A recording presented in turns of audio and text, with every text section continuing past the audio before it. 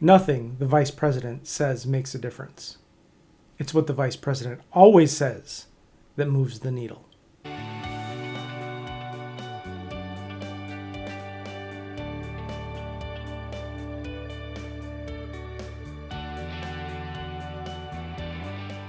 Directors lead by managing people and projects.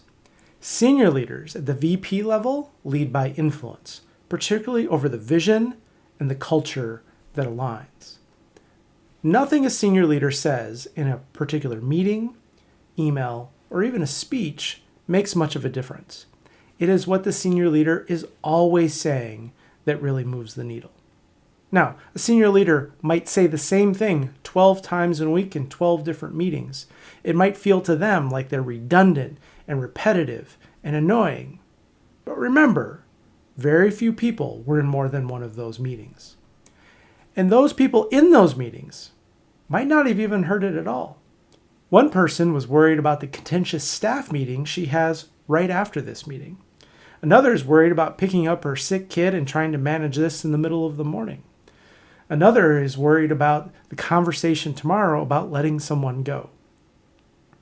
The senior leader might have sent the message and might have done it multiple times.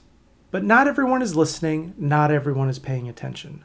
This doesn't mean that they're disengaged or disrespectful. It means they're humans doing the best that they can, just like you. The key here is for senior leaders to identify the key messages they really want to spread throughout the organization and make them explicit and repetitive. There's a few key steps to this process. One, you have to prioritize. You can't care about everything and expect that to get integrated throughout the organization. It has to be a handful of things that are really important to message again and again, that you really want to stick, that you really want to live beyond you. Once you've prioritized the key messages, then you really want to refine them. This often means writing them out, getting the words just right, getting the order, getting their alignment, being very precise. We want to make them tight, clear, simple, memorable, and without confusion. Then we want to get really clear about them ourselves so that we don't have to pull them from memory or practice them or read them, but they're right there at our fingertips. We can access them in any way, in any conversation, from formal to informal, to casual, to off the cuff, to at a cocktail party, a fundraising dinner, or in the middle of a tough conversation.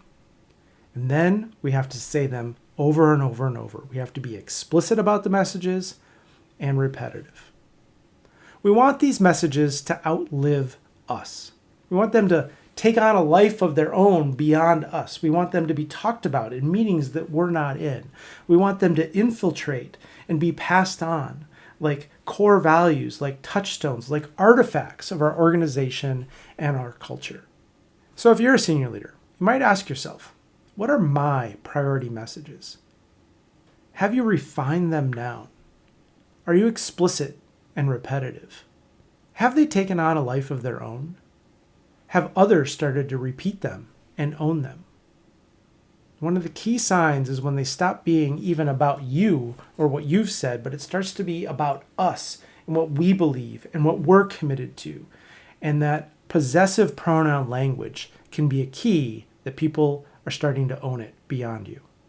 If you're a senior leader, and this feels like a challenge that you're facing in your leadership as you move from operational to strategic to visionary leadership of a collective vision and culture, I'd love to connect with you. I love talking with senior leaders about how they make this transition and lead at this level. If you're interested, let's connect.